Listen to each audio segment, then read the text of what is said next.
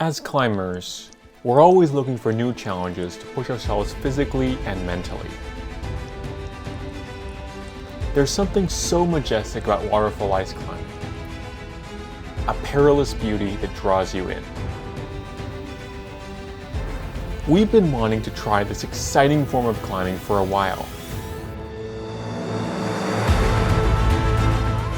And this winter, we decided to put our climbing skills to the test and try this high-stakes form of climbing for the first time, with no guide or prior experience. But are we ready for the challenges and very real dangers of this exotic form of climbing? Or will climbing on frozen water prove too much for our sport climbing skills?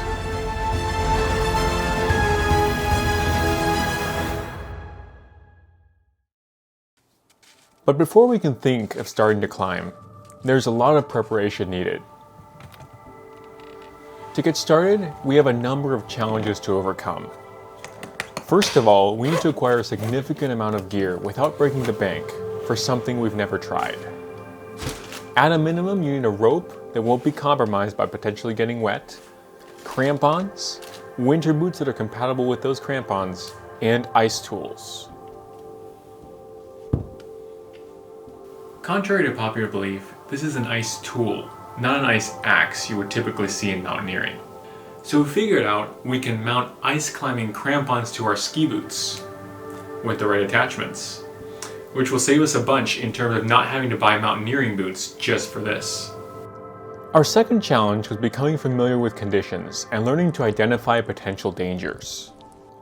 Unlike sport climbing, where you can take falls safely pretty often, in ice climbing, you're not supposed to fall at all. Since you have sharp points attached to your feet, sharp tools in your hands, sharp stuff hanging off your harness, and little permanent protection, every fall can be very dangerous. As a result, we'll have to identify opportunities to top rope as we're starting out. Even if you don't take a fall, there's many factors outside of your control that could be life-threatening, such as avalanches or the ice pile you're climbing breaking off while you're on it. Our final challenge is finding somewhere to climb. Especially in the Pacific Northwest, opportunities to ice climb are few and far between, meaning you have to get lucky just to find potentially climbable ice. Fortunately for us, we had the opportunity to visit a world-class ice climbing destination in Vail, Colorado.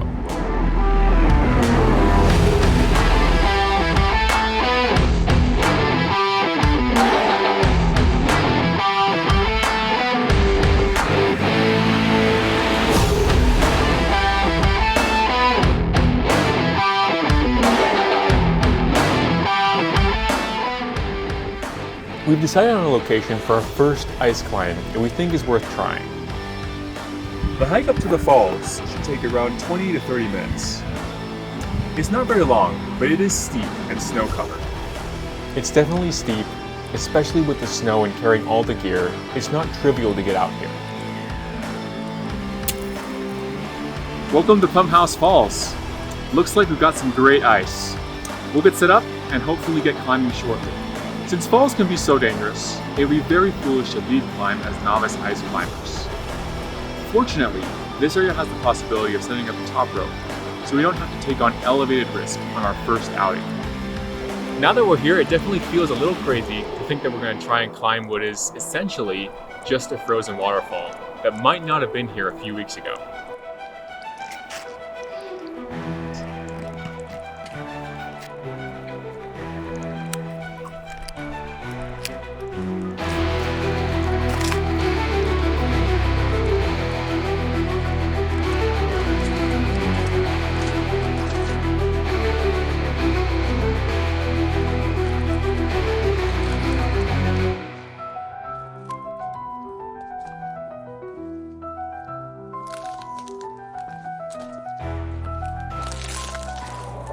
As I topped out my first ice climb, I was feeling the excitement and also getting a sense for how different it feels from sport climbing.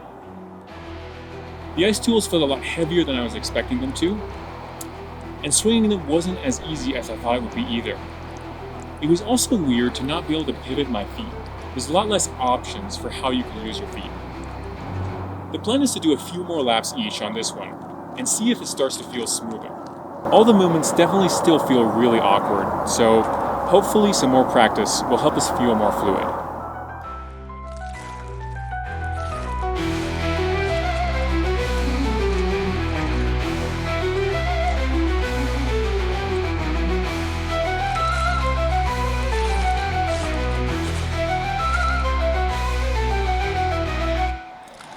Okay, I'm feeling a lot more in control of the movements now.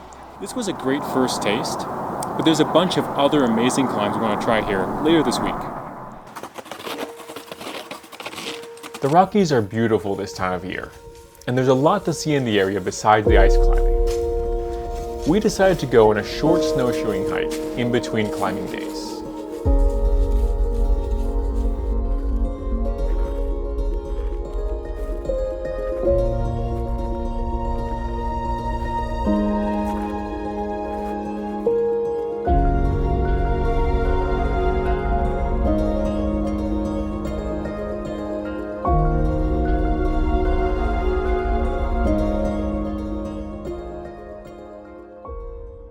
After a few days rest, we geared up for our biggest challenge yet.